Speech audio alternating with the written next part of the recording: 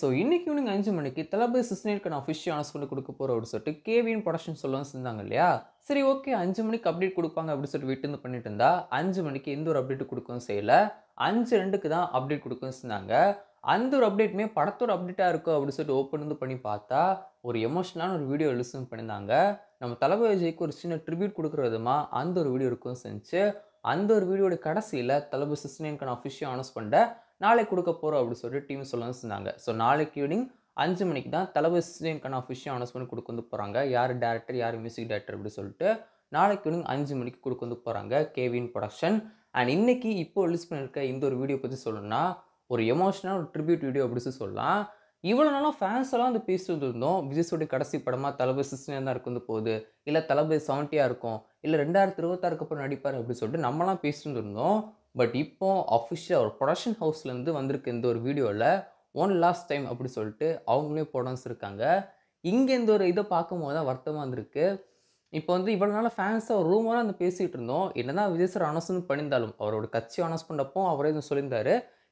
நான் வந்து ஏற்கனவே ஒத்துக்கிட்ட ஒரு படத்த முடிச்சுட்டு நான் வந்து முழு நேர அரசியல்வாதியா இருப்பேன் அப்படின்னு சொல்லிட்டு அவர் சொன்னாலும் கூட, நம்மளுக்குலாம் ஒரு ஹோப் வந்து இருந்துச்சு. இவர் வந்து கண்டிப்பா நடிப்பாரு அப்படின்னு சொல்லிட்டு ஒரு ஹோப் வந்து இருந்துச்சு.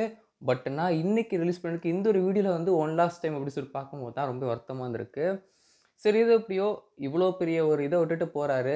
ஒரு 200, 250 கோடின்னு சம்பளம் வாங்கிட்டு இருந்த ஒருத்தர் இதெல்லாம் வேண்டாம் அப்படின்னு சொல்லிட்டு போறாரு. ஸோ கண்டிப்பா அவர் வந்து மக்களுக்கு நல்லது பண்ணணும்னு சொல்லிட்டு நினைக்கிறாரு. ஸோ அவர் கண்டிப்பா அவர் நினைச்ச மாரி நடக்கணும். ஸோ இப்போ தளபதி 69க்கான அனௌன்ஸ்மெண்ட்ட நாளைக்கு ஈவினிங் 5 மணிக்கு குடுக்க வந்து போறாங்க. இந்த ஒரு வீடியோ பார்க்கும்போதே அவ்வளோ எமோஷனலா இருந்துச்சு.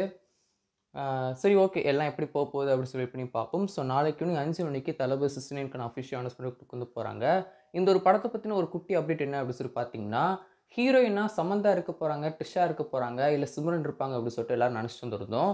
பட் ஆனா அவங்க யாருமே இல்ல. இந்த ஒரு படத்தோட ஹீரோயினா பூஜா ஹெக்டே தான் இருப்பாங்க அப்படின்னு சொல்லிட்டு அப்டேட் கிடைக்கும் இருக்கு.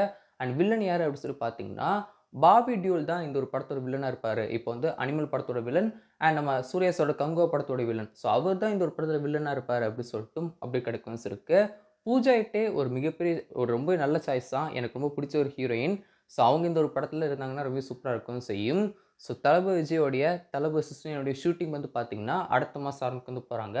அக்டோபர் 3ஆம் தேதின்னு நினைக்கிறேன். அக்டோபர் 3ஆம் தேதி ஷூட்டிங் ஆரம்பிக்க வந்து போறாங்க. ஃபர்ஸ்ட்டு ஷூட் பண்ண போறதே ஒரு சாங் சீக்வென்ஸ் தான். சரி ஓகே. நாளைக்கு ஈவினிங் 5 மணிக்கு தளபதி 69 அனௌன்ஸ்மென்ட் குடுத்ததுக்கு அப்புறமா அந்த ஒரு வீடியோல சந்திக்கவும் செய்யலாம். பாய்.